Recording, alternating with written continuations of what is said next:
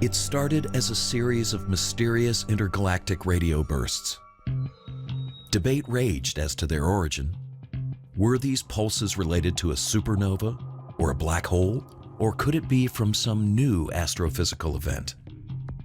From what sources are telling us, when the ship we now know as the Scout Ship escaped from its icy bonds, it apparently began sending signals into space.